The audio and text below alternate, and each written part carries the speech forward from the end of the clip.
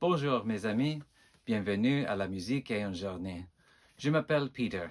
Le sujet du jour, le groupe musical de Montréal. And that's about as far as I'm taking it. Welcome to Music as a Journey, everyone. I'm Peter, and today's topic is music groups that are from Montreal. Why this topic? Well, somebody around here, okay, it could have been me, had a birthday a week or so ago, and because that person, it's probably me, was born in Montreal, I thought for my birthday I would do a video about music groups in my collection from Montreal, more specifically about metal bands from Montreal. The reason why I wanted to focus mostly on metal is because back in 2019, somebody in City Hall or in the City Council or something like that decided that they should put a motion forward, Montreal be made a city of metal excellence in order to acknowledge all the metal bands that came from Montreal. So, in case this surprises you, by the way, the motion was passed.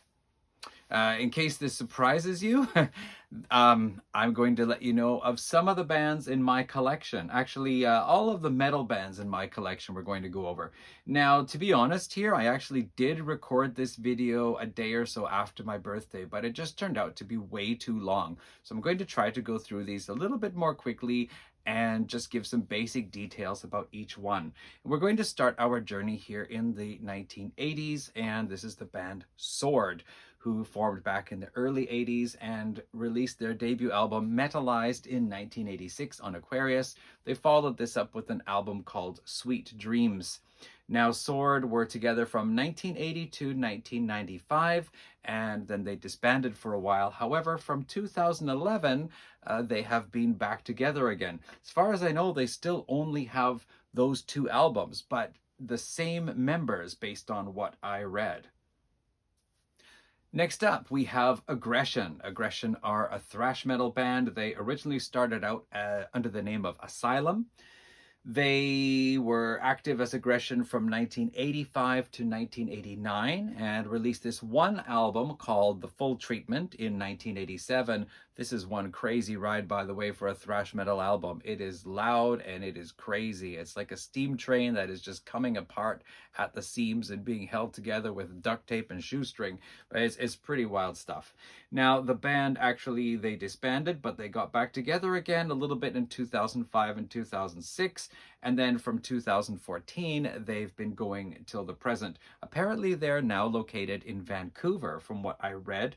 And they have released 5 more albums since getting back together again. So this is their very first one, and a pretty old one at that, but excellent, really killer album if you like just unbridled thrash metal.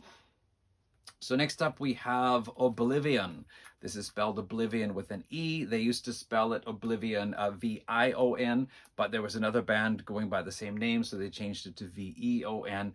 This is their second album, Nemesis. And let me see, they existed from 1987 to 1989 under the name of Oblivion with an I. And then from 1989 to 2002, they were Oblivion with an E. Let's see here. They did get back together again for some one-night type appearances in 2007 and 2008. And from 2014 to the present, they have continued to be active. So their debut album was released in 1990 called From This Day Forward. This is Nemesis, their second one.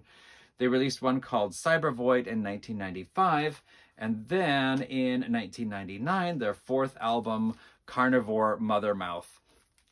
To compare these two, this is more of a technical death metal band, death metal album. The vocals are harsh, but not the really deep, growly, gurgly, bellowing type death metal vocals. They're a little bit more like a step from thrash metal into the more gruffer tone, but not totally inaccessible. And then this album here takes on a more rich, fuller guitar and bass sound. Like I feel the sound fills up a lot more warmly and fully, completely, listening to it in the in-ear earphones, right? And it has some industrial elements in there as well, but this album is pretty cool. And I think that was it. Those are the 4 albums they have released. And I have 2 of them, lucky me. The debut is actually quite difficult to get a hold of. So, moving on, forming in 1989, we have Gorguts, and looks like they ran from 1989 to 2005, and then from 2008, they've been going since. Their debut album was released in 1991 called Considered Dead. This is the Erosion of Sanity from 1993. Again, we're talking about a technical death metal band. This one has more of a heavier sound, and again, the more gruffer, brutal sounding death growl type vocals. However, after that, they had a bit of a break from songwriting, and then in 1998, they released Obscura, which is a new way of composing metal songs. Apparently, they decided to take a different approach rather than picking a riff, writing a riff and sitting on it and changing to another riff. They had quite a different approach, and I'm not really sure how to describe it. I'm going to put a link in the description to this video to a video on Banger TV that I saw way back in 2018, prior to Montreal being a city of metal excellence. Anyway, and they describe some of the albums I'm talking about, as well as the approach that went on behind this. So if you want to know, if we want to hear a better explanation. I'm struggling here now. Should have stuck with French, maybe. No, if you want to hear a better explanation about this album, then please do watch that video as well. Anyway, Gorguts, after this, they had another album called From Wisdom to Hate in 2001, and then a bit of a gap there, and then in 2013 they released Colored Sands, which continues this approach to writing metal songs in a different way. And I can tell you, actually, like, while this is not the easiest of listens, it has actually attracted quite a lot of attention in this area, among metal fans who enjoy this kind of very, very heavy death metal type music. After Colored Sands, they also released an EP, and I think there hasn't been anything new since then. It's kind of a theme I noticed with most of the bands I'm going to talk about, that they had a short run where they released a few albums, and then there was a breakup period, and then continuing. In the case of Aggression, they actually released more albums after they got back together again, but a lot of these other bands just continue without releasing new albums. However, that being said, next up, what happened to Cryptopsy? Here we go. Next up, we're going to have Cryptopsy on the list. They formed originally in 1988, but were operating under various names until 1992, when drummer Flo Mounier joined the band. From that time on, they changed their name to Cryptopsy. And I'm going to show, just because these two I had on hand, this is Whisper Supremacy, which was their 3rd album, the album after their big, great album, None So Vile, which is still regarded as one of the greatest in the brutal technical death metal subgenre. And in fact, I showed in my previous video a magazine that had a review of the concert that Cryptopsy had in Japan here back in December 11th, 2025. And when I checked the set list, actually a little bit more than half of the set list was songs from None So Vile. So they were celebrating the 30th anniversary of that album. And the other one that I have here is An Insatiable Violence, which came out just last year. I actually have most of the albums. They're on a shelf back here, but just to represent Cryptopsy in this video, thought I'd show those. Now, let me see here. An interesting thing was that Cryptopsy were actually the first metal band to play in Saudi Arabia, I read, which they did in December of 2023. Interesting choice for a metal band to make the first metal appearance in Saudi Arabia. That must have been an interesting show. Their 2023 album, As Gomorrah Burns, was it 2023? Well, anyway, it won a Juno Award, probably in 2024. It won a Juno Award for Best Hard and Heavy Album, the Junos being the Canadian top-level music awards. Okay, let's move on now to Cataclysm, because Cataclysm are the most prolific of the bands I'm going to mention today. This is a fat double disc of their debut album, Sorcery and, oh geez, who can read that font? Sorcery and the Mystical Gate of Reincarnation is the debut from 1995. There was an EP before this, which is actually included here on this other album here, Cataclysm, the Temple of Knowledge, Cataclysm Part 3. Not really sure why it's Cataclysm Part 3, unless, I don't know, the EP was Part 1. Anyway, this reissue here, both of these original albums come with bonus tracks, including the songs that were on the original EP or the demo or something. So that was the opening there of Cataclysm. The only other ones I had Prevail, and the very first one I ever got was Waiting for the End to Come, which I like both of these, especially a song on here called Animals. But I actually was listening to all of these albums here in the last couple of weeks. I liked them more than I did before, particularly the ones where Maurizio Iacono, I'm probably saying his name wrong, but he was the bass player and he took over lead vocals after Stefan Oud, the original vocalist, left for family reasons and creative differences, whatever. However, I liked what I heard so much. And then, Cataclysm actually won the Juno Award for Best Hard and Heavy Album or Heavy Metal Album of Ghosts and Gods. Jeez, I'm going to have to do a take 2 of this or a take 3 by now. Anyway, yeah, they got the Juno Award for this. Oh, when was it? Back in 2015. Their most recent album is called Goliath in 2023, and they actually have 15 studio albums so far. So they've continued releasing since the mid-1980s, which is pretty cool. Next up, we have a band called Quo Vadis. Quo Vadis formed in 1993, and they ran until 2010. They only ever released 3 albums. The first one was Forever in 1996. Actually, I saw that recently on Yahoo Auction in Japan.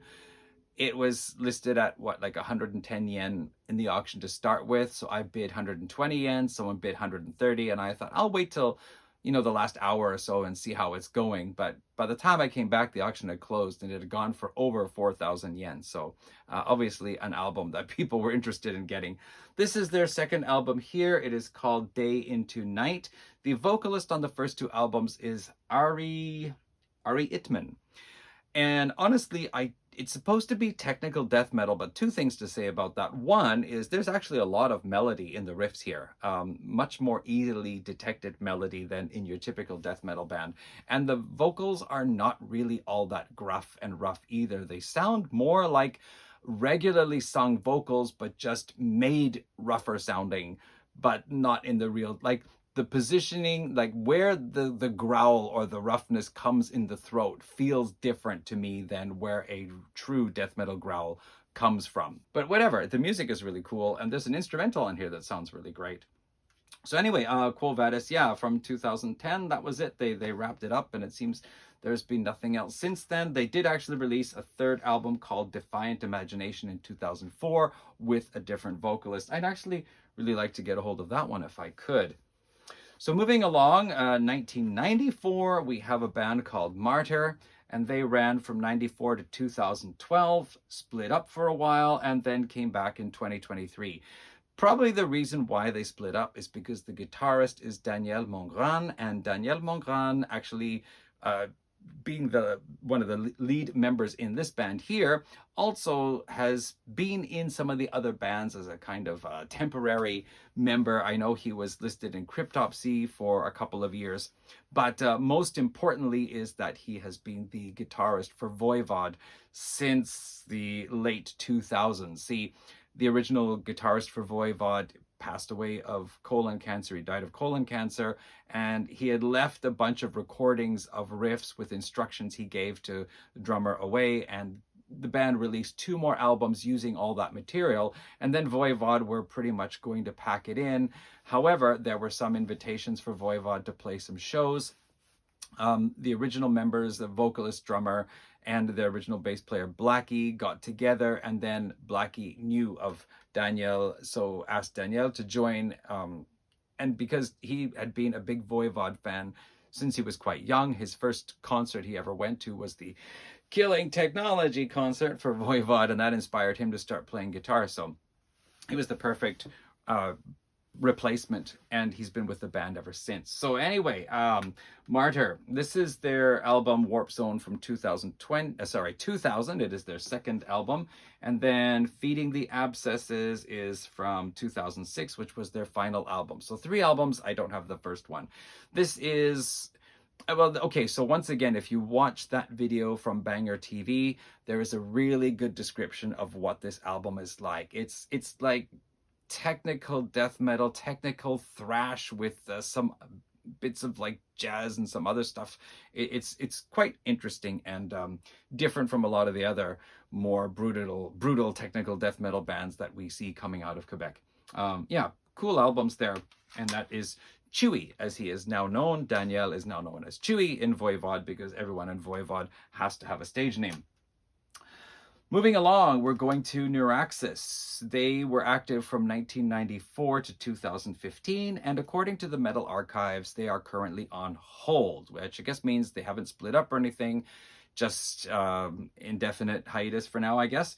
So they actually released 6 albums between 1997 and 2011. This is The Thin Line Between from 2008.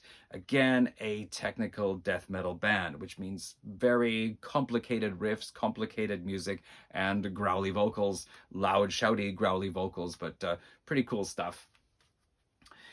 Then we go on 1996 to 2013. This is Unexpect, and their second album, In a Flesh Aquarium, from 2006. Though apparently they released 3 albums and 1 EP. Their albums are not easy to get a hold of. The first and the third one, you got to pay a lot of money.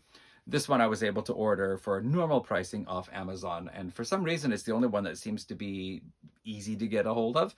So Unexpect are listed as avant-garde metal, and just to give you an idea, you have your technical death metal type of setup, you know, distorted guitar, complicated riffs, slap bass, drums, and of course harsh vocals. But we have at least 2 male vocalists on here doing both harsh and clean vocals. We have a female vocalist doing clean vocals.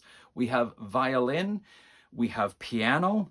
We also have a little bit of accordion, a little bit of saxophone, and a little bit of electronica or industrial type elements. So there is a lot happening on this album, and the music, it just like turns on a dime. And, you know, one song will have your brain all twisted in knots just trying to make sense of the whole thing. But there's some very interesting and some really cool stuff happening on this album. So if you don't mind getting your brain scrambled for whatever it is, like 40-50 minutes or so, maybe it's less than that, do check out some Unexpect.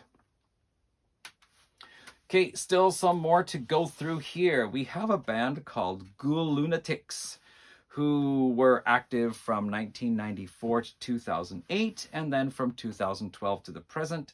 They're described as death and roll, and if you know what that is heavy like a death metal band, but maybe more easily identifiable riffage that has a bit of a groove to it, thus the rock and roll part, and again, you know, harsh vocals. So pretty interesting stuff, and a little bit different from what everybody else is doing that I've talked about so far.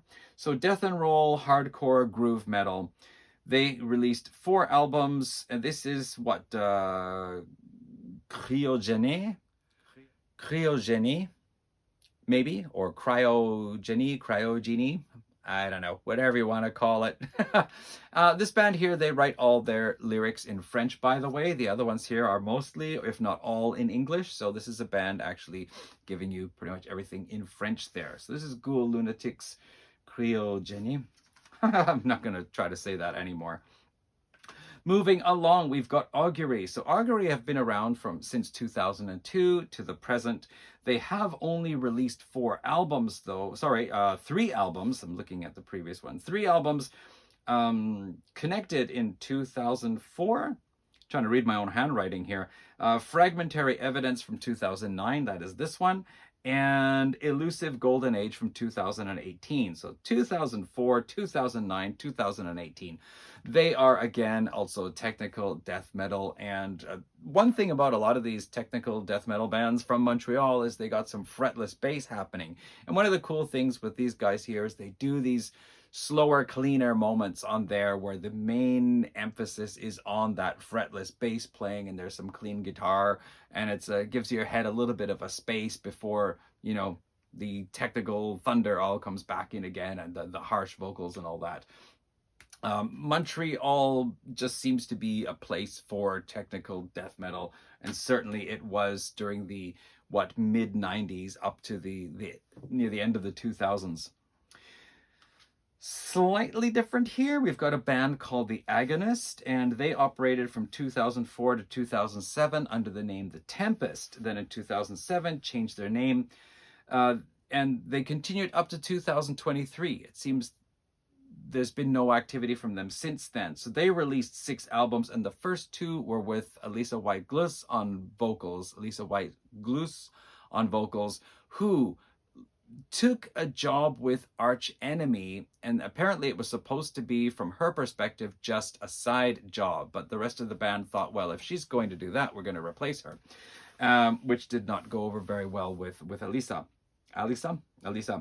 And let me see here, Vicky Sarakis then took over the vocals. So this was the first album with her, and their third album. This is called The Eye of Providence. So Vicky Sarakis on vocals here.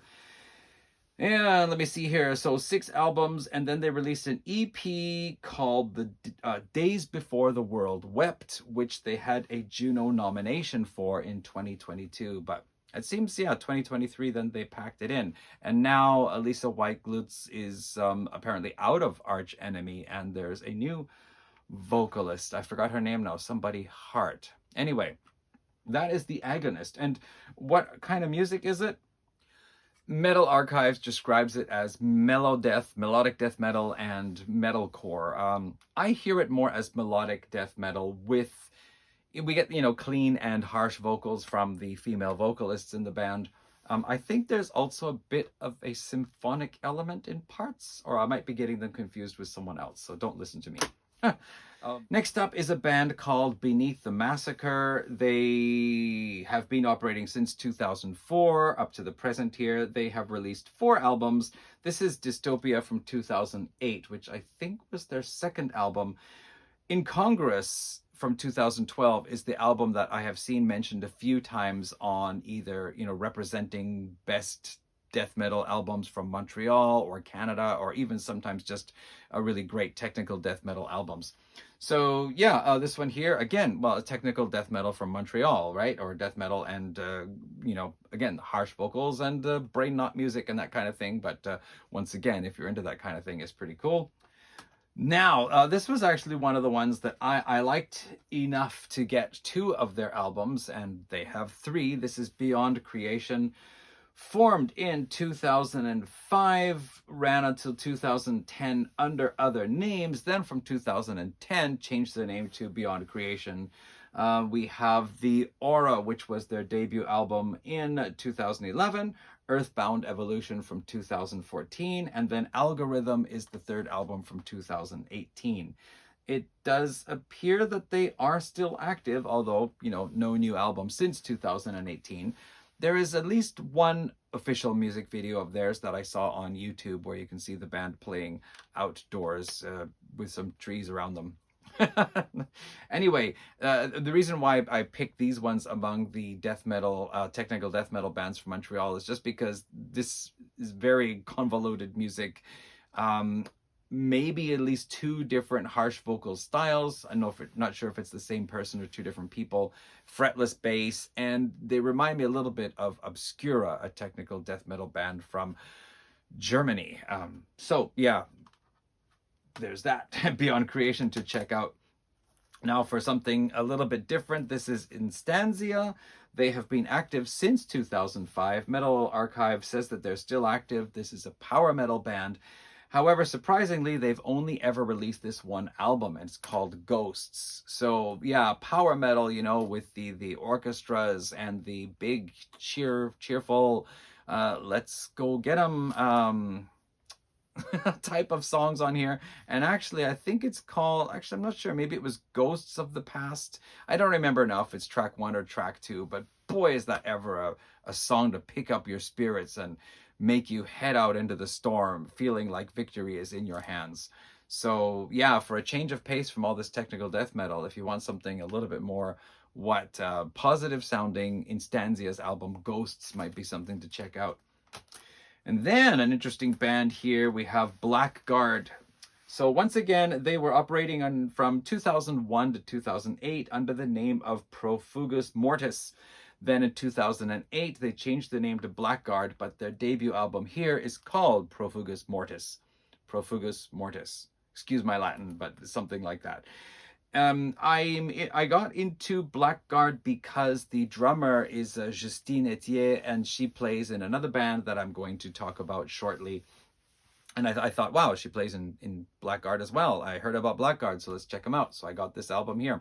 This is interesting. I would say they're interesting because, I didn't write down what kind of music it is. But this, I basically, I think you would call it, it's almost like a cross between death metal and power metal, because you have the harsh vocal style, and you also have this kind of power metal style feeling, or maybe epic metal. There's keyboards in here, and possibly there might have been a bit of orchestration in a track or two. Now I don't remember. You know how many albums I listened to in the last couple of weeks?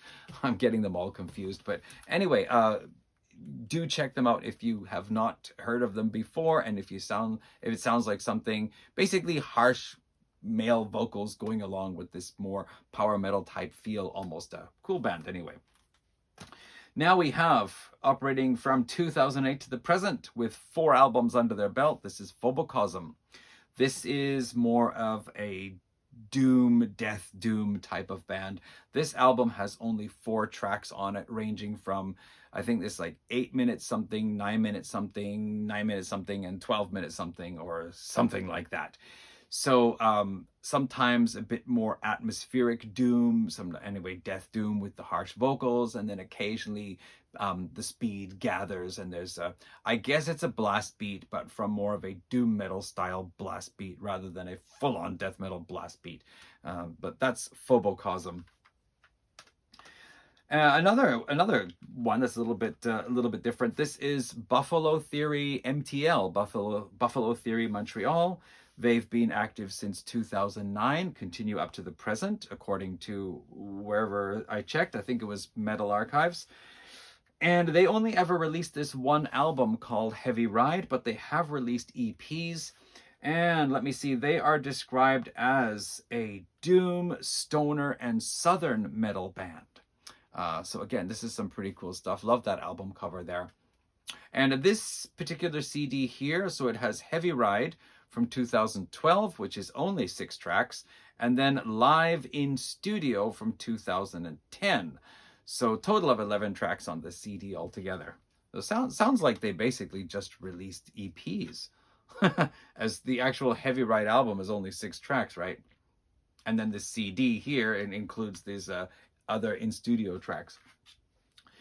All right, coming closer to the end, we have Car Chaos here. They've been around, they operated, from 2009, allegedly to the present. Only ever released 2 albums here. This one is called Empire, and this is Children of the Void. This is the band with Justine Etier on the drums.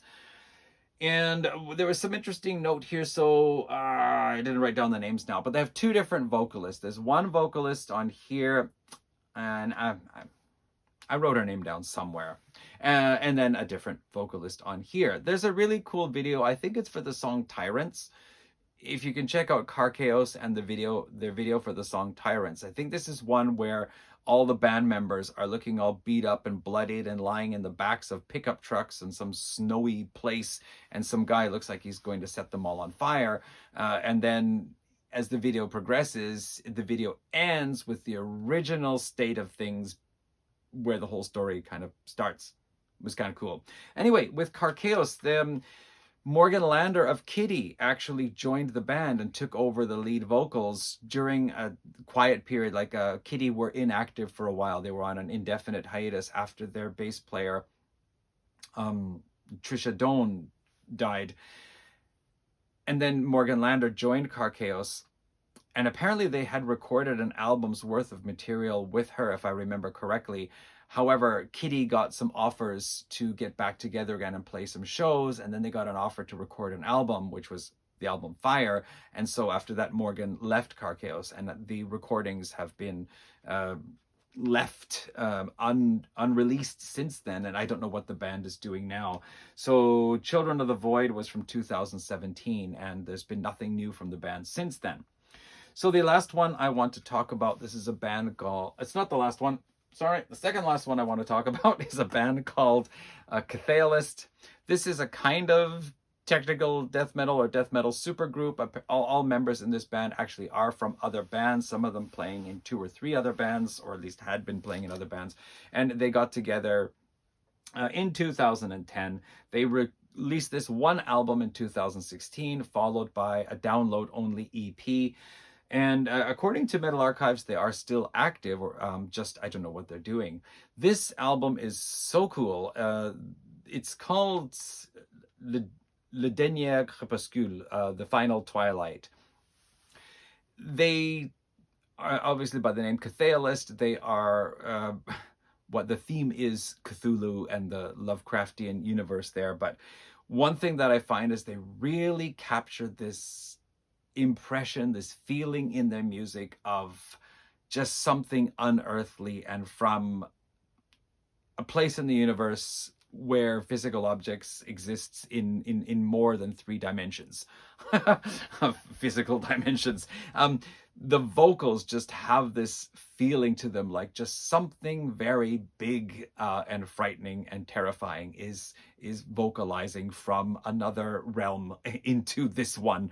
And there's a secondary vocalist which almost sounds like some pterodactyl type creature is just snarling and growling. There are also some interesting sound effects between songs. One of them sounds like some pterodactyl type creatures are munching on wet flesh and cracking bones in their beaks, while some other beast is making strange noises in the background. It's pretty weird. I really just love the atmosphere that they have on here. And there's some pretty cool slap bass on here too. The production is a little bit deep and murky, which I normally don't like, but I think it really works with this album. Sorry, let's start that one again. This is a band called Big Brave, and I couldn't find them on Metal Archives, and it might be because they're a little bit too experimental to sound like a real metal band. Metal Archives are pretty strict about what gets on and what doesn't. For example, Between the Buried and Me and Protest the Hero are not on there, maybe because there's too much metalcore in their music, I'm not sure. But anyway, Big Brave, that's big with a vertical slash and brave. They've been active since 2012, active to the present. Their latest album was called OST, which was released just last year in 2025. They are listed as on Wikipedia as experimental metal, drone doom metal, post metal, and doom metal. They've released 7 albums so far, and this is A Gaze Among Them from 2019. So they do have that drone doom feeling on here. There's a lot of cases where it's just this rumbling of guitar distortion, a very slow and steady beat. And the female vocalist makes me think of Bjork trying to sing through a nightmare.